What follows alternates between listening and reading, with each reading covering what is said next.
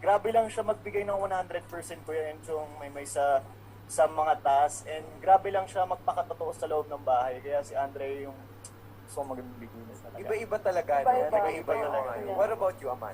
For me po, Leo Fer, kasi sobrang madiskarte po siya and malapit po siya sa akin kasi madami siyang itinuro sa akin. Kaya sa tingin ko, deserve niya manalo and ayun.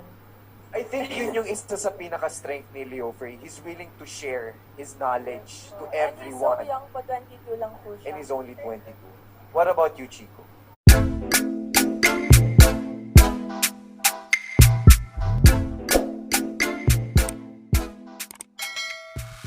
Naman talaga, pero pag alis ko talaga sa bahay, yung inisip ko agad ay si Andrea. Andrea, napakatotoo talaga. Especially yung sinabi po ni Ralph na yung nag-ask kami ng questions sa kanila. And then when we started grilling them, parang umiba. Kasi first winner ko talaga si Jigan, yung nasa loob ako ng bahay. Oo. And umiba talaga yung nakita ko talaga si Andrea na parang napakatotoo siya. And then like what Ralph said, na sa lahat ng mga task, hindi lang sa mga task, lahat ng ibigay niya talaga. Like, she's really hardworking, she's so determined to it talaga. So, yan, Andrea po talaga.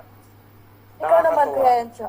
Alam mo, it's funny na sinasabi nila na kukuha nating sagot, it's Andrea or it's Leo Fer. Because as of the moment, our third big placer na makakatanggap ng 300,000 pesos Sino? naman, in-announce na si Kobe!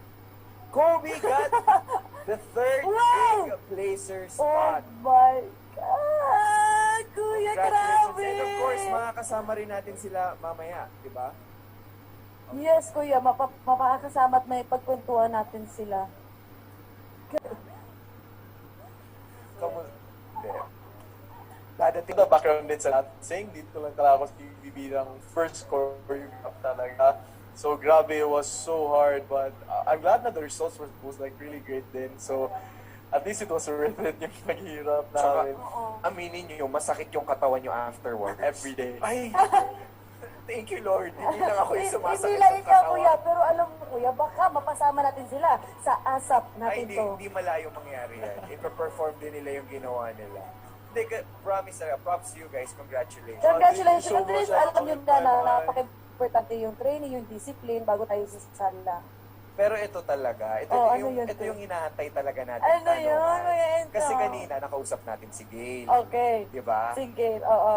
Meron tayong gustong, syempre, pumunta naman tayo sa konting kilig. Tama. May. Kasi may nabanggit, sige, Karina.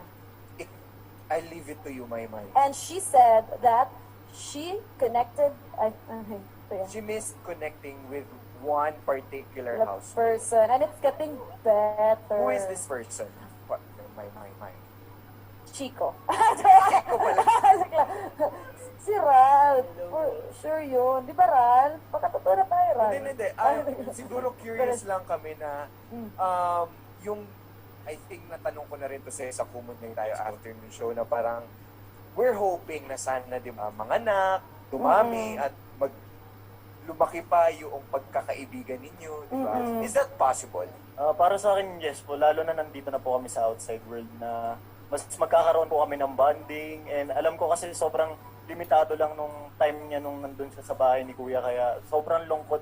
Yung week na yun talagang, wala lang, parang di na ako yung parang di na ako natutuwa. Yung parang, yung may times na parang kahit kung saya lang nung mga times na yun, kasi iba talaga yung saya ng mga times na yun, yung mga lilig talaga ng mga times na yun. Kaya para sa akin ngayon nasa outside world na, ayun, sana mas mag-connect pa kami lalo and makapag-usap. Alam ko ano pa yun, pandemic pa ngayon kasi nga dapat kaligtasan muna yung una. Pero alam ko darating kami dun sa ganong bagay.